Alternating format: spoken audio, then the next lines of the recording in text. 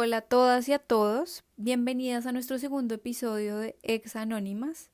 En esta oportunidad vamos a hablar de la filosofía y el pensamiento ético de Simone de Beauvoir y creemos que la importancia de rescatar este lado de su producción académica tiene que ver con que muchos de los estudios de esta autora han sido leídos bajo los lentes del feminismo o del existencialismo. Sin embargo, en términos generales, ha habido una tendencia a pasar de manera rápida y poco rigurosa por las bases de su enfoque filosófico. Su pensamiento filosófico es, de algún modo, el antecedente central que precede su posicionamiento como intelectual pública y social.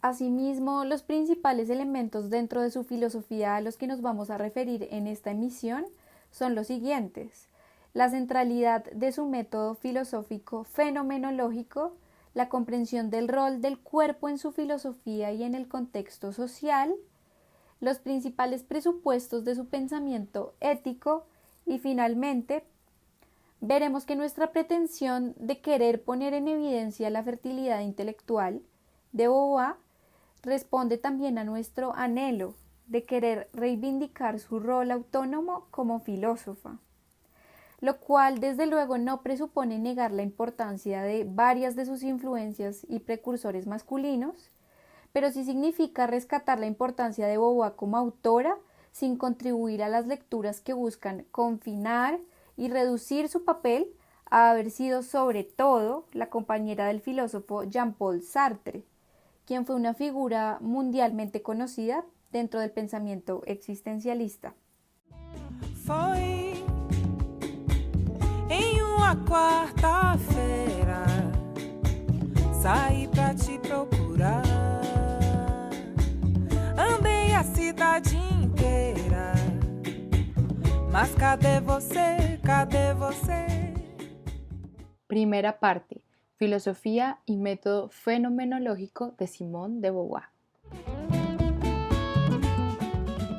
En la historia de la filosofía normalmente se ha prestado poca atención a las mujeres filósofas. Esto no se debe a que no haya habido ninguna, ya que mujeres filósofas han existido desde la antigüedad.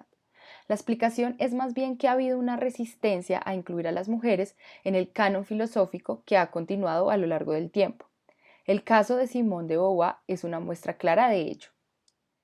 Como lo mencionamos anteriormente, la figura de Simone de Beauvoir ha estado muchas veces relegada a la sombra de su compañero Jean-Paul Sartre. Mientras que a él se le reconocía como filósofo, ella tomó la figura de literata, aún teniendo un título como filósofa.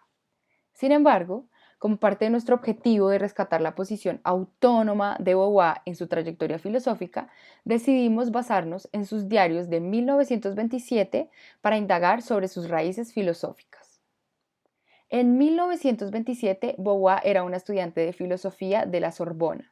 Su diario confirma las siguientes influencias en su metodología para hacer filosofía. En primer lugar, podemos evidenciar el pensamiento de Edmund Husserl, quien es el precursor de lo que hoy conocemos como la fenomenología. En segundo lugar, encontraremos el pensamiento de Hegel y de Marx con su método histórico. Así pues, para ilustrar mejor de qué se trataban cada una de estas escuelas, comenzaremos explicando qué es y qué implica la fenomenología.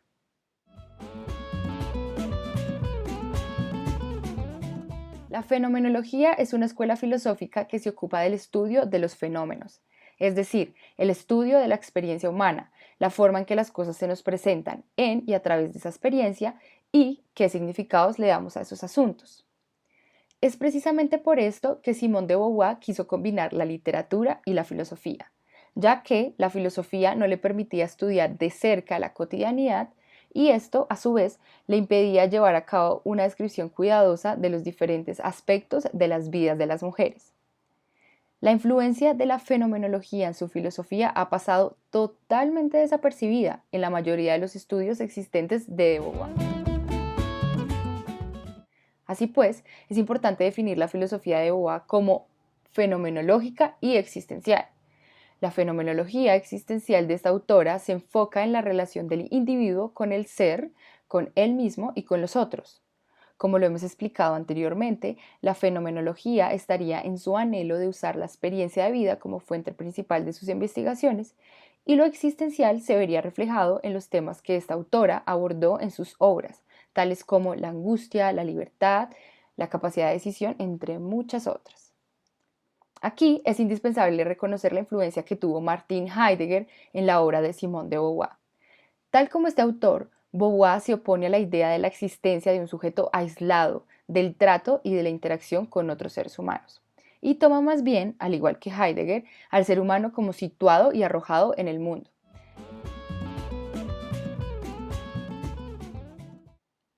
En ese orden de ideas, la fenomenología de Beauvoir es tanto descriptiva como explicativa. En una de sus obras más importantes, El segundo sexo, Beauvoir no solo hizo una descripción fenomenológica de la situación de la mujer, sino también intentó explicarla. Dado que hubo una multiplicidad de factores que ha llevado a la mujer a un estado subordinado, Beauvoir incluyó en su metodología un abordaje histórico, el cual fue influenciado tanto por Hegel como por Marx. A partir del uso del método histórico, la autora puede rastrear los orígenes y el desarrollo temporal de la situación de la mujer, tema clave en su obra. En suma, su pensamiento abarca los aspectos existenciales de la situación humana, así como el cambio histórico. Observa la relación entre los sexos desde un ángulo existencial y al mismo tiempo historiza esta relación. En síntesis, la obra de Simone de Beauvoir entrelaza la fenomenología con el existencialismo, el hegelianismo y el marxismo, y se caracteriza por unir las autobiografías, los reportes científicos, los diarios, los casos de estudios psicológicos, la literatura y la filosofía en un intento de reflejar la experiencia humana concreta. Segunda parte, fenomenología y comprensión del cuerpo. La concepción del cuerpo de Beauvoir se encuentra influenciada por un gran filósofo dentro de la tradición fenomenológica, Maurice Merleau-Ponty. Para este autor de origen francés, el cuerpo es la base o el punto de partida que tiene el ser para realizarse e interactuar con el mundo a partir del lenguaje. La alusión al lenguaje en este punto remite a dos ideas. La primera tiene que ver con que el cuerpo permite establecer una comprensión y una comunicación con el mundo y experimentarlo. La segunda remite a que el cuerpo tiene maneras propias de expresarse que no se reducen en su dimensión biológica. Esto último es interesante y queda más claro una vez nos adentramos en la concepción del cuerpo de Beauvoir, que se relaciona sobre todo con la experiencia del cuerpo que experimentan las mujeres. Y esto ya anticipa el hecho de que comprender el mundo e interactuar con éste a través del cuerpo no constituye la misma experiencia para todos los seres humanos. Por ejemplo, para esta autora, el proceso de convertirse en mujer plantea ciertas limitaciones, ya que la educación que existe en la cultura patriarcal y la socialización basada en la matriz de género imprime a nivel inconsciente en las mujeres una actitud de vergüenza y de pudor con respecto a su cuerpo. De esta manera, los años formativos de la mujer, según Beauvoir, contribuyen a insertar una autoconcepción en las mujeres que es dictada en términos de la pasividad de su cuerpo y de la negación de la libertad que les es impuesta exteriormente. A la luz de esto que acabamos de mencionar, debido a que el cuerpo es lo que hace posible la comprensión del mundo, la concepción que ha interiorizado la mujer sobre su cuerpo le hace comprender el mundo de una manera opresiva. Nenhuma resposta, mas punhado de folhas sagradas pra me curar, pra me afastar de todo mal. En esta parte también quisiéramos emprender una suerte de ejercicio comparativo entre ambos autores, Beauvoir y Merleau-Ponty, que puede ser fructífero para comprender a fondo lo fundamental del pensamiento de esta autora. Para comenzar, ya hemos esbozado que la concepción de cuerpo de Beauvoir no es abstracta, sino que más bien se encuentra encarnada en la experiencia histórica de las mujeres, principalmente aquellas mujeres que no habían desarrollado una conciencia de su libertad y de su agencia. La noción de cuerpo de Beauvoir entonces está atravesada por una actitud política y esto es lo que, por ejemplo, le permite afirmar que la experiencia opresiva de las mujeres se reproduce de manera similar a un círculo vicioso. Para iniciar este círculo vicioso se les inculca a las mujeres una mentalidad limitada con respecto a su cuerpo y de este modo es que se logra inhibir su libertad. Luego se refuerza el círculo, ya que en cuanto menos las mujeres ejerciten su libertad de comprender y descubrir el mundo que las rodea, asimismo será más difícil que puedan contar con recursos necesarios para afirmarse como sujetos. En contraste, la concepción de cuerpo de Merleau-Ponty es entendida en términos generales como el modo que tenemos los seres humanos para comunicarnos con el mundo.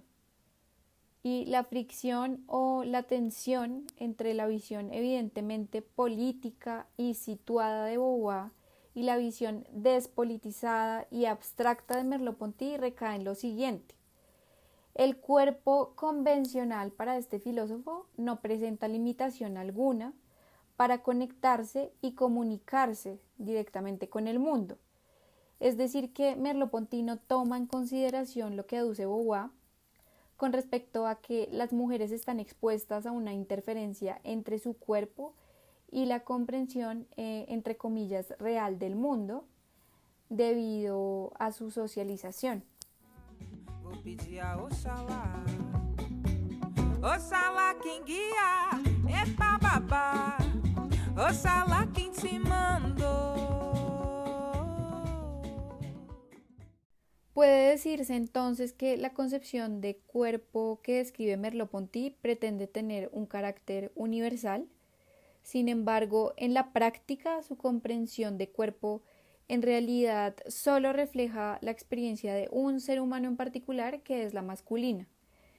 Y es posible afirmar esto al tener en cuenta que para Beauvoir la mujer, que es socializada en una cultura que no le permite reconocer su potencial para descifrar los enigmas del mundo o para intentar entender la realidad, deja de percibir los estímulos del mundo para sí misma y está constantemente tentada a aceptar la autoridad patriarcal. Así es como puede verse que existe una ruptura entre Beauvoir y Merleau-Ponty en la medida que para ella el cuerpo no le permite a todos los seres humanos por igual comunicarse directamente con el mundo y acceder a la realidad de las cosas. El caso del cuerpo femenino ilustra, de hecho, una imposibilidad de reflejar la subjetividad o modo de pensar propios de una mujer. Asimismo, la comprensión del cuerpo femenino no les permite a las mujeres romper con su destino biológico, por el contrario, aumenta su incapacidad y restricciones como sujeto. Aunque existe una concepción divergente con respecto al cuerpo entre estos dos filósofos, la influencia del método fenomenológico de Merleau-Ponty en Beauvoir es innegable. A continuación vamos a explicar brevemente por qué. De una parte, para Merleau-Ponty el cuerpo es antes que nada una habilidad y una capacidad de superar una condición biológica y trascenderla. Y al mismo tiempo para este filósofo también resultaban de sumo interés las limitaciones corporales o los cuerpos con patologías deshabilitantes. De otra parte, es en ese interés de Merleau-Ponty por los cuerpos enfermos que Simone de Beauvoir encontrará un terreno de exploración para su propia empresa filosófica.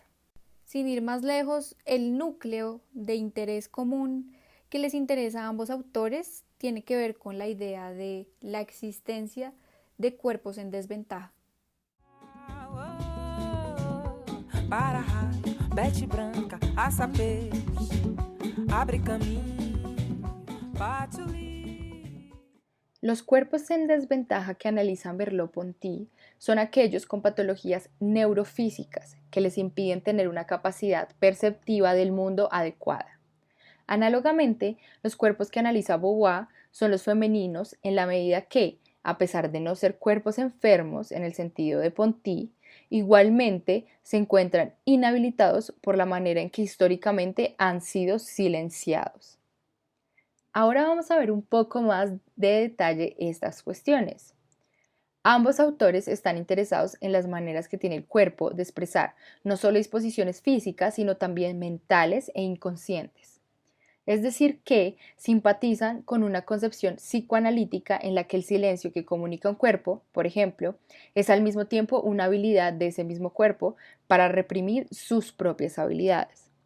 Para estos autores, el caso de la pérdida de la voz de un cuerpo no tendría una explicación solo en términos de una limitación física que impide el habla. También se trata de una explicación que contempla la represión autoimpuesta internamente por el sujeto como causa del silencio o pérdida del habla. Esto se puede apreciar más adelante en eventos traumáticos de la existencia. Beauvoir, al igual que Merleau-Ponty, sostiene un modo un tanto ambivalente y no evidente de concebir la relación del ser humano con su cuerpo, aunque ella se centra sobre todo en la experiencia femenina del cuerpo. Para Beauvoir, la conciencia de la mujer es ambivalente en el sentido en que es pasiva y activa al mismo tiempo, y en mayor medida se ve representada en un modo pasivo de existencia en el cual su intencionalidad es constantemente inhibida. No obstante, aunque para la autora las mujeres han sido involucradas en un modo pasivo de existencia por cuenta de la desigualdad social, el ser humano en general también desarrolla su experiencia en términos de ambigüedad y oscilación permanente entre un rol activo y pasivo de la conciencia. Esto puede verse más claramente en el terreno del deseo erótico, pues allí se puede apreciar que tanto hombres como mujeres se presentan autónomos y a la vez dependientes frente al otro. Esa tensión entre un lado pasivo y activo de la conciencia, que para Beauvoir es constitutivo del ser humano, se ha tendido a abolir en la cultura patriarcal, pues el hombre es vinculado con un rol indiscutiblemente activo. Entonces, con miras a ir concluyendo esta segunda parte, podemos ver un ejemplo que puede ilustrar la concepción del cuerpo que tiene Beauvoir, la frigidez. Este ejemplo de aparente disfunción sexual femenina es pertinente en tanto que permite evidenciar la complejidad de la situación femenina.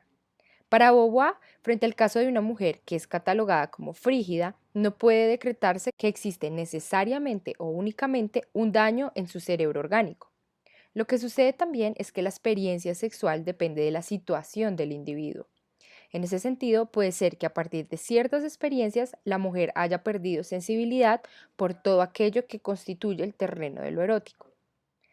En el caso de una mujer que a lo largo de su vida se haya sentido percibida como un ente pasivo y como un objeto carnal, aparecerá la frigidez o la falta de deseo sexual como un mecanismo que a nivel inconsciente le permite expresar su desacuerdo con las dinámicas de infravaloración dirigidas en su contra.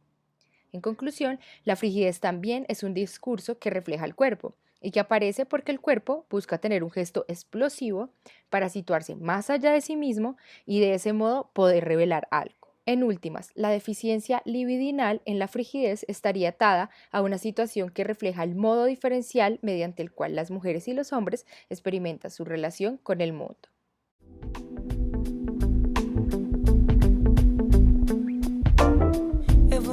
Pelo mundo como posso e me refaço em cada passo dado. Eu faço o que deve acho.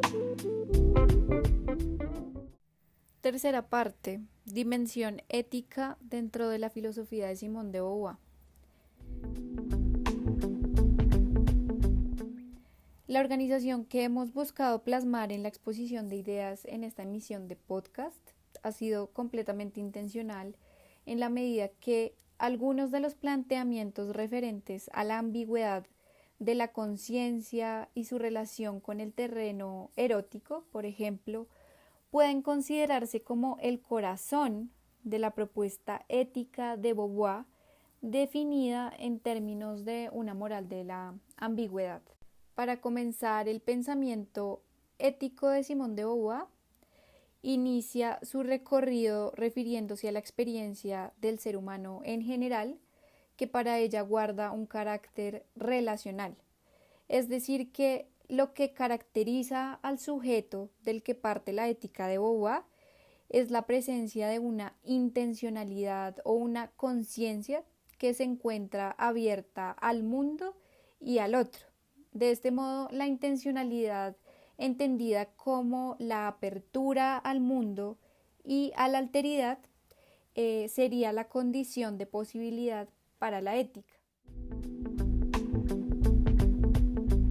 La propuesta de Beauvoir, al ser fundamentalmente ética, no busca separar al individuo de su realidad, sino que por el contrario busca mostrar que el sujeto no puede ser completamente autónomo, pues su vida se encuentra en relación constante con los demás, y esto quiere decir que la operación de nuestra conciencia siempre se da a partir de su relación con algo y que se extiende más allá de sí misma. Para crear una propuesta ética, Beauvoir apela a sus influencias provenientes del canon filosófico y retoma, por ejemplo, a Hegel y al marxismo para aportar un enfoque histórico a su filosofía. El recurso clave en este caso que rescata Beauvoir es la dialéctica del amo y el esclavo, que aparece en el texto clásico de Hegel titulado Fenomenología del Espíritu. Esta elaboración de Hegel presupone que el sujeto solo alcanza su plena realización cuando otra conciencia lo reconoce como sujeto. Es decir, que estamos inmersos en una lucha constante por el reconocimiento de los otros. La dialéctica del amo y el esclavo consiste, en términos muy simples, en la confrontación de dos conciencias diferentes, una que busca dominar y otra que es sometida. El que busca dominar, desde luego, es el amo, y el que es sometido es el esclavo.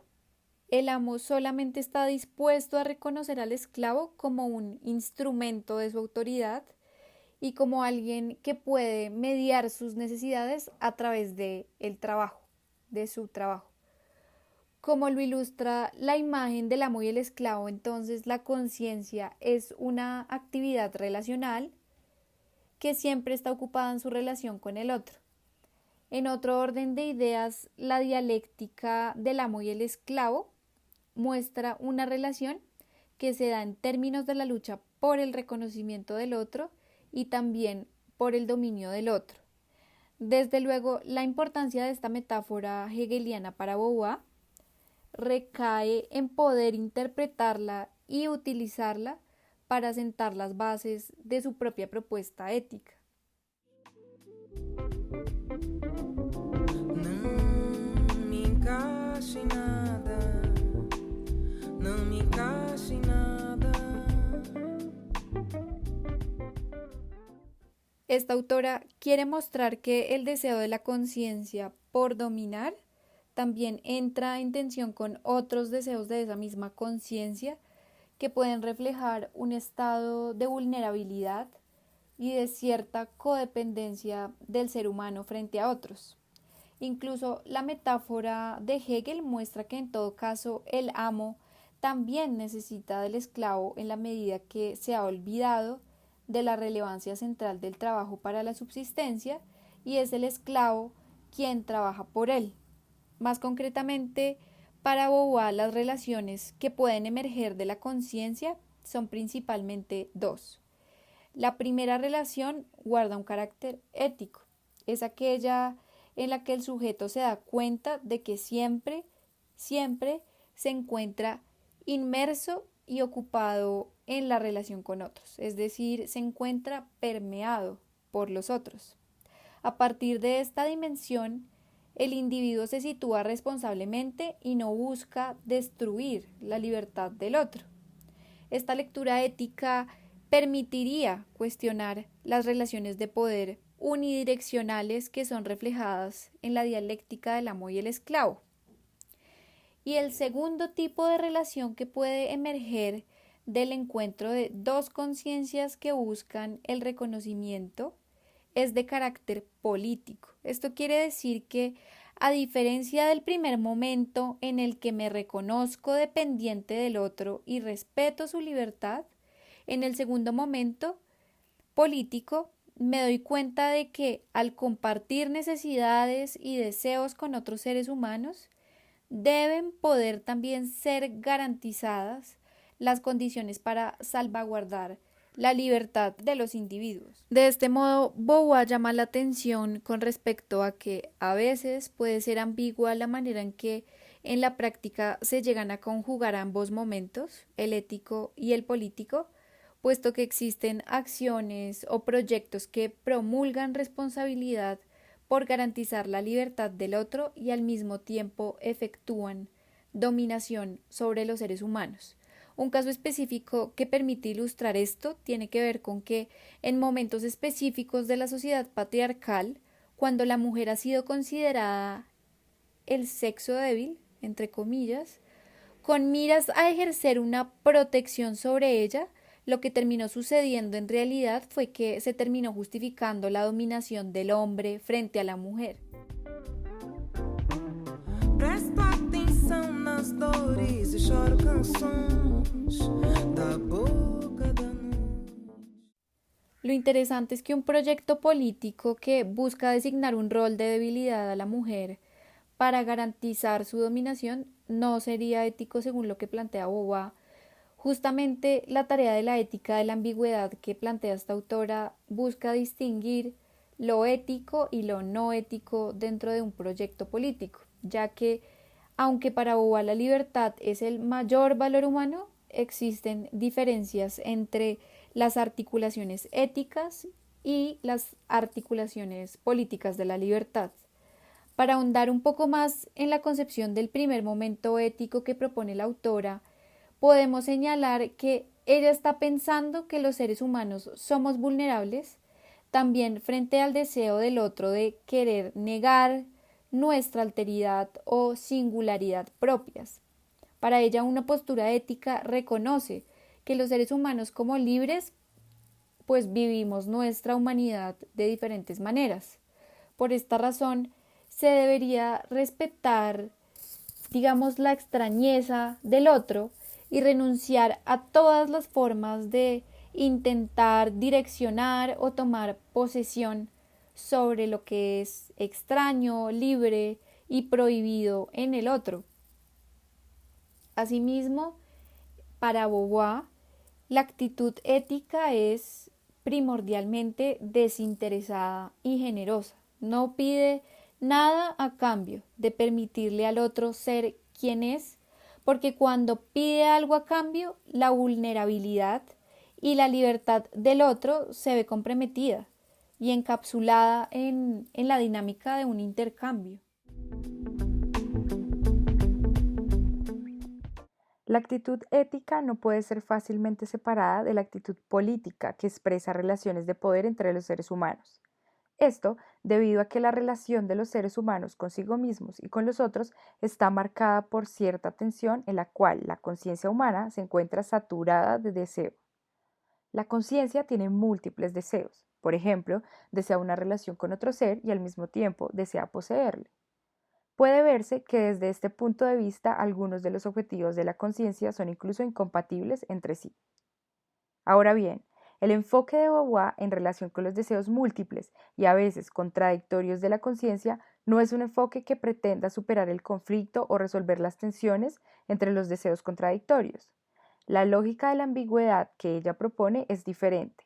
Nuestro deseo debería acoger la tensión que le divide y en ese sentido debemos desear ser quienes somos. Aunque las disposiciones éticas y políticas de la conciencia pueden entrar en conflicto, también pueden llegar a intersectarse en algún punto. Para entender nuestra ambigüedad, debemos recordar que el juego de nuestro deseo nunca es un juego en solitario o aislado. Lo más cercano a la intersección de lo ético y lo político en términos de la moral de la ambigüedad que propone Beauvoir se expresa en los proyectos de liberación que no desconocen las limitaciones mismas de su proyecto y por lo tanto pretenden materializar su visión del mundo comprometiendo la libertad individual de aquellos que pretenden representar. Así pues, la intersección entre lo ético y lo político no se encuentra en la política de la dominación que se expresa en proyectos políticos totalitarios, como el nazismo, por ejemplo. La propuesta de Beauvoir señala la importancia de que interactúe la dimensión ética que busca el reconocimiento del otro sin querer dominar e imponer un significado totalizante en el mundo. Con el segundo momento político que también es necesario para emprender proyectos de liberación y a partir del cual es posible emitir juicios normativos sobre cómo debería ser el mundo. Esta intersección entre lo político y lo ético es crucial para la crítica del patriarcado que busca emprender Simone de Beauvoir. Para esta autora, el patriarcado no valora la ambigüedad, más bien se encuentra movido por el deseo de dominación y por las ansiedades del segundo momento que busca establecer una visión sobre el mundo de manera violenta e impositiva. El patriarcado busca eludir las tensiones presentes en la vida de la conciencia y evade la vulnerabilidad y preocupación por el otro. Asimismo, codifica este rechazo en el sistema de género que se instaura como regla social. Otro elemento crucial que había señalado Beauvoir es que los deseos del primer momento intencional ético son asociados con las mujeres y por lo tanto son feminizados, mientras que el segundo momento asociado a la responsabilidad política es llamado masculino. Así, la diferencia entre lo ético y lo político empieza a estar expresada como diferencia patriarcal entre hombre y mujer. Las disposiciones éticas han sido subordinadas a los deseos políticos de la apropiación y la dominación en el patriarcado. Por esa razón, las mujeres se volvieron inesenciales. Eso se puede evidenciar en la diferencia en la actitud que toman los hombres y las mujeres con respecto a sus relaciones. Por ejemplo, a pesar de que hombres y mujeres se necesitan y desean el uno con el otro, viven estos deseos de manera diferente. Mientras que la mujer valora el vínculo, el hombre valora el reconocimiento y la reciprocidad. Esto se explica, en parte, debido a que históricamente las mujeres no han desarrollado recursos suficientes para su independencia. Agora que eu não sinto nada mais e nada faz sentido. Sin embargo, para Beauvoir, la valoración del vínculo no es algo negativo. Más bien, ella lo ve como necesario para valorar la relación con el otro. Valorar el vínculo no hace a la mujer débil. Aunque el patriarcado haya logrado que ciertos valores hayan sido marginalizados como femeninos, no deberíamos asumir que el sentimiento de necesidad del vínculo es una experiencia femenina de debilidad. Más allá de eso, a los seres humanos en general, nuestras relaciones con los otros nos hacen vulnerables. Lo que sucede es que el patriarcado ha desdibujado y distorsionado la importancia ética de la vulnerabilidad. Finalmente, la propuesta de Beauvoir, a través de la moral de la ambigüedad, alude a que el reconocimiento puede ser recíproco y puede ser entendido en términos de vulnerabilidad mutua. Es decir, la vulnerabilidad no tiene por qué ser caracterizada como femenina, la vulnerabilidad es humana.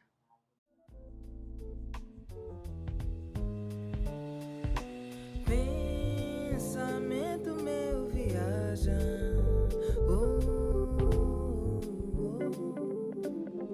até o amanhecer. Parte cuarta. Simone de Beauvoir más allá de la influencia sartreana. En esta última parte vamos a mostrar que la filosofía de Simone de Beauvoir guarda originalidad con respecto al trabajo de Sartre y no es en absoluto simplemente una ampliación del pensamiento de este autor. Así es que es completamente equivocado asignarle un lugar marginal dentro de la historia de la filosofía a esta autora. Y para ilustrar esta relación entre Sartre y Beauvoir, vamos a referirnos de manera breve a algunos aspectos como su diferencia de estilo, temática y abordaje filosófico. En materia de estilo, Sartre tiene un estilo de escritura más denso y más barroco. Se encuentra ampliamente influenciado por la tradición alemana, mientras que por su parte Beauvoir tiene una escritura más concreta y directa, como lo demuestra su famosa sentencia: no se nace mujer, se llega a serlo, que a pesar de ser muy sintética es compleja en la medida que muestra que la feminidad es una construcción histórica y hasta cierto punto es ideológica. Dicha feminidad se expresa a través de códigos que varían según diferentes sociedades. Sin embargo, se trata de códigos que son constantemente creados y recreados en la experiencia vivida de cada mujer. No se trata, entonces, de una condición natural. De hecho, es posible que este mismo estilo de Beauvoir, que es mucho más asertivo que el de Sartre, sea algo que promueva el hecho de que esta autora sea bastante leída bajo el lente político. Sin embargo, son numerosas las lecturas políticas que no se posicionan de manera rigurosa con respecto a su filosofía, que además antecedió su pensamiento político. Sumado a esto, en cuanto a las temáticas que manejaron Sartre y Beauvoir, podemos ver que hubo bastantes inquietudes compartidas, como la visión de la existencia humana más allá de una naturaleza predestinada y más bien entendida como un proyecto abierto en el que el ser humano debe intervenir, entendiéndose como libre. Pero sí pueden localizarse algunas diferencias temáticas, sobre todo con respecto al lugar de la infancia en el desarrollo de la conciencia humana, el interés por la condición de la mujer y su experiencia vital, puesto que estas últimas temáticas sí que fueron cruciales para Beauvoir y un tanto marginales para Sartre.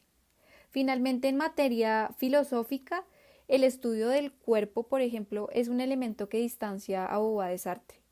En Sartre encontramos una visión instrumentalista del cuerpo, es decir que para este filósofo los seres humanos existimos como una conciencia situada en un cuerpo, pero el cuerpo es solo una herramienta para que la conciencia pueda aparecer en el mundo y experimentarlo.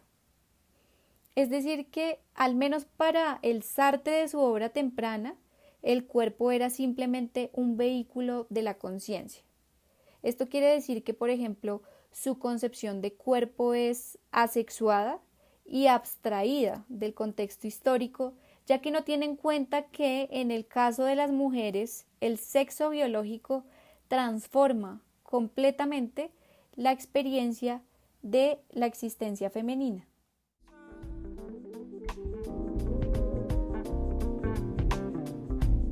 Tá tudo errado mesmo. Deixa. Otro punto de divergencia importante entre ambos autores tiene que ver con la comprensión de la libertad. Para Beauvoir, los efectos de la presión y el condicionamiento social limitan la libertad de las personas. Es decir, que para ella la libertad es situada y acotada. Para el Sartre de la obra temprana, el ser humano es absolutamente libre. Es decir que, bajo esa concepción, solo yo mismo puedo alimentar mi libertad y soy una conciencia impermeable por las fuerzas empíricas.